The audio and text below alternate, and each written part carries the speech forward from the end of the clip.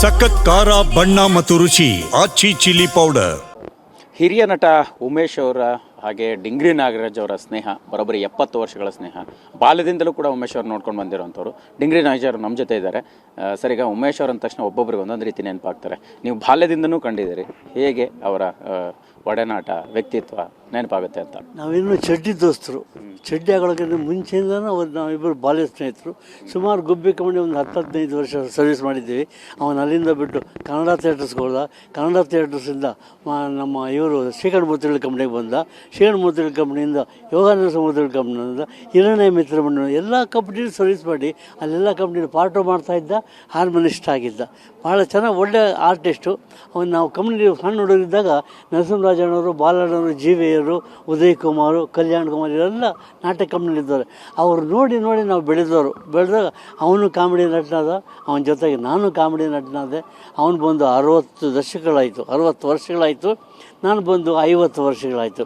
ಹಾಗಾಗಿ ಅವನು ಸುಮಾರು 380 ಪಿಕ್ಚರ್ ಮಾಡಿ ದೊಡ್ಡ ಪಿಕ್ಚರ್ ಪಾರ್ಟ್ ಮಾಡಿದ್ದಾನೆ.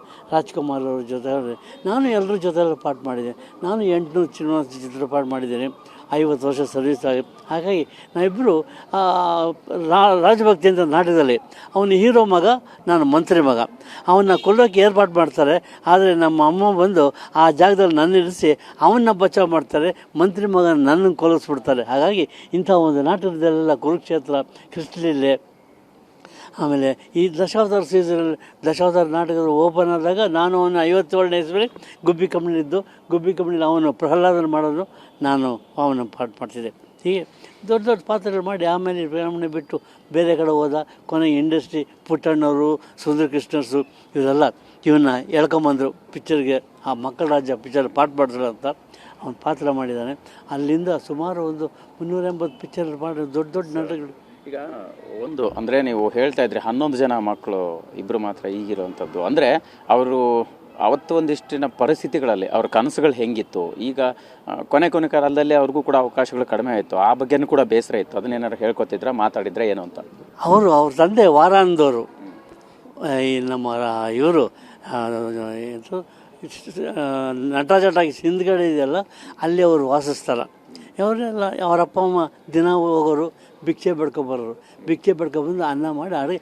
ಅದರೊಳಗೆ ಎಲ್ಲರೂ ಒಂದೊಂದೇ ತುತ್ತು, ಜಾಸ್ತಿ ಸಿಗ್ತಿರಲಿಲ್ಲ. ಯಾಕೆ 11 ಜನ ಮಕ್ಕಳು, ಗಂಡ ಹೆಂಡ್ತಿ ಇವರೆಲ್ಲರೂ ಇದ್ದರು.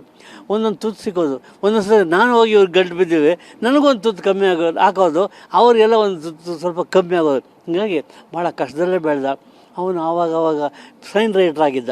ಬೋರ್ಡ್ ಬರೆದೆ. ಅವರ ಅಣ್ಣ ಬಂದು ಕಿಟ್ಟಿ ಇಲ್ಲಿ ಇದರಲ್ಲಿ ಕಂಪ್ನಿಯಲ್ಲಿ ಕೆಲಸ ಮಾಡೋನು, ಸ್ಟ್ರೀಟ್ ಪಾತ್ರದಲ್ಲಿ. ಉಮೇಶ ಫಸ್ಟ್ ಸತ್ಯ ದೊಡ್ಡವನು, ಆಮೇಲೆ ಕಿಟ್ಟಿ ಆದಮೇಲೆ ಉಮೇಶ ಆದಮೇಲೆ ರಮೇಶ, ಪಾಪಣ್ಣ, ಕಿಟ್ಟಿ, ಹೀಗೆ 7-11 ಜನ ಮಕ್ಕಳು. ಇವರೆಲ್ಲ ಭಾಳ ಅನ್ಯೋನ್ಯವಾಗಿದ್ದರು. ಆಮೇಲೆ ಮದುವೆ ಮಾಡ್ಕೊಂಡ. ನಾಟಕ ಕಂಪ್ನಿ ಇದ್ದಾಗಲೇ ಒಂದು ಹುಡುಗಿನ, ಆ ಸುಧಾನವ್ರನ್ನ ಮದುವೆ ಮಾಡ್ಕೊಂಡ. ಗಂಡ ಹೆಂಡ್ತಿ ಆರಾಮಾಗಿದ್ದರು, ನಡ್ಕೊಂಡು ಹೋಗ್ತಿತ್ತು. ಅವನು ಫಸ್ಟ್ ಮಾಗಡಿ ರೋಡಲ್ಲಿ ಮನೆ ಮಾಡ್ಕೊಂಡಿದ್ದ.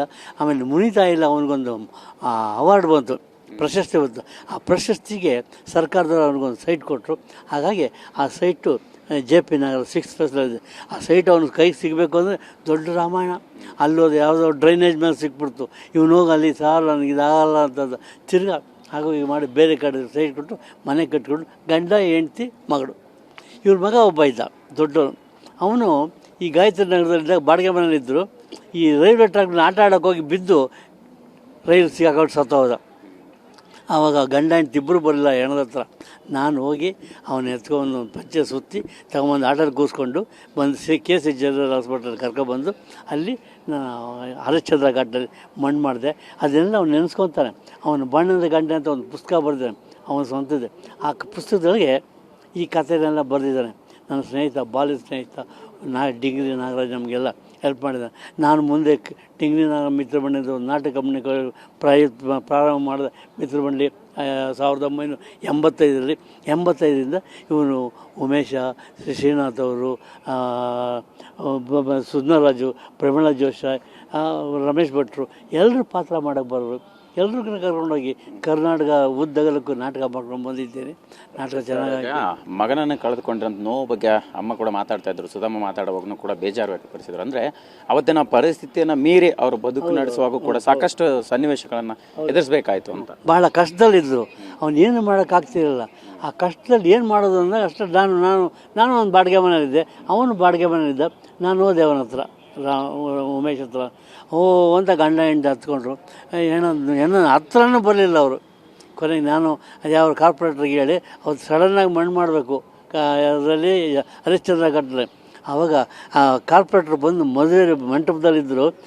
ಎಲ್ಲ ಹೋಗಿ ಅವ್ರು ಕೇಳಿ, ಸರ್ ಹಿಂಗೆ ಇದೆ ಅಂದ ತಕ್ಷಣ ಅವ್ರು ಫೋನ್ ಮಾಡಿ ತಕ್ಷಣ ದಫನ್ ಮಾಡಪ್ಪ ಅಂತೇಳಿ ಅಲ್ಲಿ ಸುಟ್ಬಿಟ್ಟು ಬಂದು ಅಲ್ಲಿಂದ. ಹಾಗಾಗಿ ನಮ್ಮಿಬ್ಬರು ಸ್ನೇಹ ಸುಮಾರು 72-73 ವರ್ಷಗಳಿಂದ ಬಾಲ್ಯ ಸ್ನೇಹಿತರು. ನಾಟಕ ಕಂಪ್ನಿ, ಸಿನಿಮಾ ಕಂಪ್ನಿ ಎಲ್ಲ ಕಡೆಯೂ ಪಾಠ ಮಾಡ್ಕೊಂಡು ಬರ್ತಾಯಿದ್ವಿ. ಅವನು ಚೆನ್ನಾಗಿ ಬೆಳೆದ. ರಾಜ್ಕುಮಾರ್ ಅವ್ರ ಕಂಪ್ನಿ ಒಳ್ಳೊಳ್ಳೆ ಪಾತ್ರಗಳು ಸಿಕ್ತು. ಅವನು ಒಳ್ಳೆ ಸ್ಟ್ಯಾಂಡರ್ಡ್ ಆದ. ಸರ್, ಕೊನೆಯದಾಗಿ ಯಾವಾಗ ಮಾತಾಡಿದ್ದು, ಏನಾದ್ರು ಹೇಳಿದ್ದು ನೆನಪಾಗುತ್ತಾ, ಹೇಗಿದ್ರು ಅಂತ?